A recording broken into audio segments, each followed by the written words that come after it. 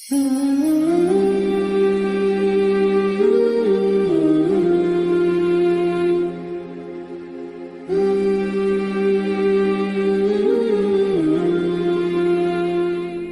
جس چیز سے سب سے زیادہ انسان میں کبر پیدا ہوتا ہے وہ کیا ہے؟ علم ہے، چاہے دین کا ہو یا دنیا کا. ہاں دنیا میں عام طور پہ زیادہ پیدا ہوتا ہے کیونکہ وہ خدا سے، وہ آدمی کو کہتا ہے مجھے پتا ہے، یہ مذہبی اسکالرس کو تو کچھ پتہ ہی نہیں ہے، تو وہ پھر نا وہ تکبر میں آنے لگتا ہے. لیکن دنیا جو دین کا علم ہے نا، یہ بھی کبر پیدا کرتا ہے، کیونکہ انسان کے پاس کسی بھی قسم کی نالج ہو نا تو اس کو پتا ہے کہ مجھے معلوم ہے، سامنے والے کو معلوم نہیں ہے. تو یہ چیز انسان میں کبر پیدا کرتی ہے. جب یہ چیز انسان میں تکبر پیدا کرتی ہے تو جہاں اپنی بڑائی پن آتی ہے نا، سب سے بڑا مسئلہ انسان میں یہ پیدا ہوتا ہے کہ پھر وہ دوسرے کی نصیحت سننے کے لیے تیار نہیں ہوتا، چاہے وہ عالم ہو، چاہے وہ کوئی سائنٹسٹ ہو، چاہے کوئی پی ایچ ڈی اسکالر ہو. یہ چیز آہستہ آہستہ انسان میں پیدا ہونا شروع ہوتی. بہت خطرناک ہے یہ. دیکھو شیطان کے ساتھ بڑا مسئلہ ہی یہ تھا کہ اس کے پاس نالج تھی. کیا نالج تھی؟ اے اللہ تو نے اس کو مٹی سے بنایا، مجھے آگ سے. اگر یہ نالج شیطان کے پاس نہ ہوتی تو وہ تکبر کرتا؟ بولو نا، وہ کبھی بھی کبر نہیں کرتا. وہ کہتا بھائی اللہ نے کہا ہے تو سجدہ. شیطان کے پاس نالج تھی کہ میں آگ سے بناؤں اور یہ مٹی سے. اس نالج کو اس نے کہاں استعمال کیا؟ اللہ نے کہا سجدہ کر تو تکبر میں آ گیا. تکبر میں وہ کبر میں آ گیا اور کہنے لگا میں اپنے سے کمتر کو سجدہ نہیں کر سکتا. اور ایسا تکبر آج تک اڑا ہوا ہے. تو اپنی نالج کو خدا کے مقابلے میں مت لایا کرو. سمجھتے ہو کہ نہیں سمجھتے؟ جب اللہ نے کہہ دیا کہ پردہ کرنا فرض ہے، پردہ کرنا ضروری ہے، پھر آپ کی رپورٹ ہے کہ پردے سے پردہ ترقی میں رکاوٹ ہے. بھائی وہ رکاوٹ ہو یا نہ ہو، یہ ہمارا ہیڈک نہیں ہے. سب سے پہلے کون ہے؟ اللہ کو فالو کرنا ہے. آج بہت سے لبرل لوگ کہہ رہے ہوتے ہیں نا یہ مذہبی عبادات اور رسومات اور یہ سب چیزیں ہمیں بہت پیچھے رکھ لیا. حالانکہ پیچھے رکھا نہیں ہے ہمیں تو مذہب چھوڑنے نے پیچھے رکھا ہے. لیکن رکھ بھی رہا ہو تو سب سے پہلے بھائی ہم نے کس کو راضی کرنا ہے؟ اللہ کو. تو اپنی زندگی کا حصہ بنا لیں. بات بات پہ، ہر موقع پہ خدا کو یاد کرنا. میں جب حضرت کے پاس گیا نا، تو جب انسان اہل اللہ کے ساتھ رہتا ہے نا تھوڑے دن، تو اس کا زاویہ چینج ہونا شروع ہو جاتا ہے.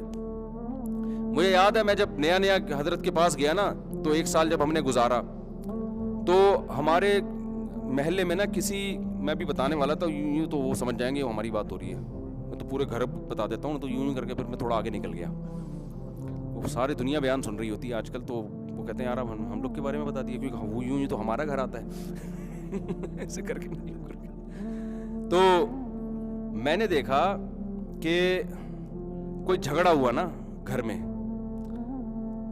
بیٹے بیٹیوں میں، اور کوئی خاندانی جھگڑا تھا. بڑی آوازیں باہر آ رہی تھی، تمہاری ایسی کی تیسے، وہ بڑے جیسے پٹے گھروں میں ہوتے ہیں بعض. تو پھر کیا ہوا کیا تھا کہ وہ جس گھر میں جھگڑا ہوا تو ان کی بیٹیاں پھر باہر ملک میں رہتی تھیں، وہ دوسرے ملک سے آئی ہوئی تھیں اپنے والدین سے ملنے کے لیے. تو جب ساری بھابیاں بیٹیاں، جب داماد اور سب ایک گھر میں اکٹھے ہوں گے تو آپ کو پتا ہے کہ جھگڑا تو ہوگا. تو وہ اکٹھے گئی بھابیوں اور جٹھانی اور نندوں مندوں میں کوئی پھٹے شڈے ہوئے اور بہت کچھ ہوا. لیکن کیا ہے کہ پھر کیا وہ جس دن بچیاں جا رہی تھیں نا، اپنے بڑی عمر کی خواتین تھیں وہ، تو ماں باپ سے مل پہ پھوٹ کے رو رہی تھیں وہ. کیونکہ اب ماں باپ ان کو رخصت کر رہے ہیں، بھائی ہماری بچی مثال کے طور پہ 1 سال کے لیے لندن جا رہی ہے، امریکہ جا رہی ہے، کہاں جا رہی ہے. یعنی 1 دن پہلے ان کی خونخوار جنگیں ہو رہی ہیں، اس کے بعد جب جدا ہو رہے ہیں تو سارے آپس میں مل کے، ہم چھوٹے بچے تھے یہ منظر دیکھ رہے تھے. اتنے چھوٹے بھی نہیں تھے، مدرسے میں پہلا سال تھا ہمارا، 17-18 سال میری عمر ہوگی. تو میں یہ منظر اپنی آنکھوں سے دیکھ رہا تھا. تو میں نے جو چیز نوٹ کی نا، مجھے ان کی آپس کی محبت پہ رونا نہیں آ رہا تھا. مجھے رونا اس بات پہ آ رہا تھا یار اللہ کیسا کریم ہے، اس نے رشتوں میں کیسی محبتیں پیدا کی ہیں کہ کل کیسا لڑ رہے تھے اور آج کیسا گلے مل کے رو رہے ہیں. ان کی آنکھوں سے آنسو کسی اور چیز پہ نکل رہے ہیں، ہمارے آنسو کسی اور چیز پہ نکل رہے ہیں. ہمارے آنسو اس پہ نکل رہے ہیں. یار رب اللہ کی کیسی محبت ہے، کیسا اس نے خونی رشتوں میں آپس میں جوڑا ہے کہ کل کیسی خون خوار جنگیں تھی، اب جدا ہو رہے ہیں تو کیسا لپٹ کے نا رو رہے تھے آپس میں. تو یہ محبت ہے کس نے پیدا کی ہے، وہ کیسا غفور ہے. تو مجھے یہ واقعہ اس لیے یاد رہ گیا کہ دیکھو پہلے میں جب سوچتا تھا پہلے اگر میں حضرت کے سے تعلق سے پہلے اگر میں یہ منظر دیکھتا نا، تو کسی کو روتا دیکھ کر آپ کے بھی آنکھوں سے آنسو نکل آتے ہیں نا کہ ہائے بیچارے ایک دوسرے سے جدا ہو رہے ہیں، ٹھیک ہے نا. تو ہمیں بھی بھائی رخصتی میں سب کو رو رہے ہوتے ہیں نا. ابے دلہن کی رخصتی ہو رہی ہے تو آپ کیوں رو رہے ہو، سوال پیدا ہوتا ہے. تمہاری کیا لگتی ہے وہ، لیکن یار اس کو روتا دیکھ کے کہ ایک بچی گھر سے جا رہی ہے.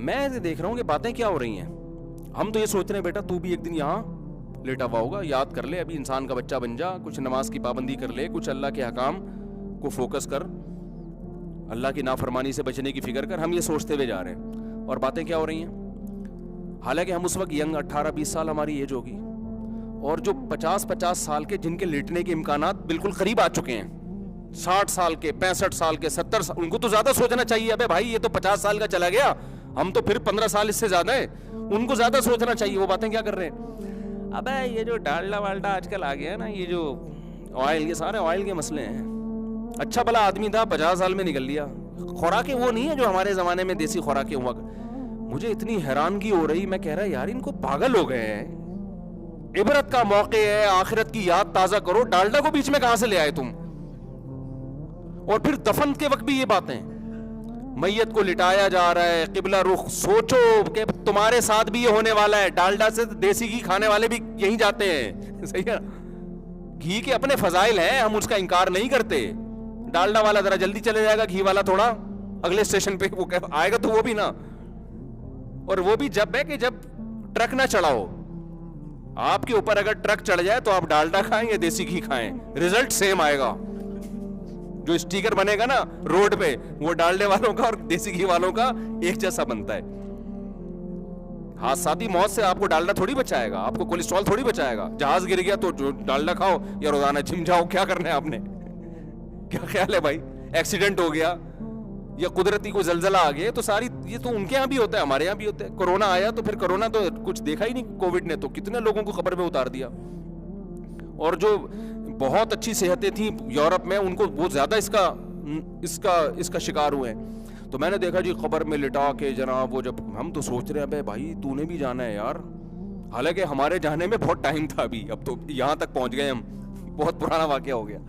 لیکن جو قریب جن کے مرنے کے چانس زیادہ تھے, وہ ایسی باتیں کر رہے تھے کہ یار یہ ڈالڈا والڈا جو ہے نا بہت ہے. خبر میں مٹی بھی ڈال رہے ہیں اور گپ شپ بھی ہو رہی ہے. بس یار اچھے آدمی تھے, اور سنو تیرے بھی سلام دعا تھی. ہاں الحمدللہ میری بھی سلام دعا تھی. پھر آفس کی باتیں شروع ہو گئیں, پھر بچوں کی شادیوں کی باتیں, ریٹائرمنٹ کی باتیں, اور یار وہ کیا ہے تیرا وغیرہ وغیرہ.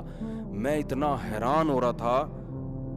تو پھر مجھے یہ احساس ہو رہا تھا کہ یار اہل اللہ کی صحبت لینے میں اور نہ لینے میں کتنا فرق ہے. ہمارا حضرت سے تعلق کا کم از کم یہ تو فائدہ ہوا نا کہ ہم نے صحیح سمت میں سوچنا شروع کر دیا. تو پیغمبر آپ کی سمت کو صحیح کرتے ہیں. ہر چیز دیکھ کے عبرت حاصل کرو, بعد میں تبصرے کرو کہ ڈالڈا ہے یا کیا ہے. تو اب وہ جتنے بھی تھے نا جو ان کو دفن کرنے آئے تھے, میرا خیال ہے اب ان میں سے ایک بھی زندہ نہیں ہوگا. حالانکہ بہت سو نے جا کے دیسی گھی شروع کر دیا ہوگا, ایک بھی زندہ نہیں ہوگا. تو اس لیے دنیا کو جو عبرت والے لوگ ہیں نا, فاعتبروا یا اولی الابصار, قرآن بار بار کیا کہتا ہے کہ اے اہل عقل کیا کرو, عبرت حاصل کرو, چیزوں کو دیکھ کے عبرت حاصل کرو, عبرت حاصل کرو. تو بصیرت کی آنکھیں جبھی کھلتی ہیں جب انسان تکبر کرنا چھوڑ دے, اور اپنے علم پہ کبھی ناز مت کرو. تو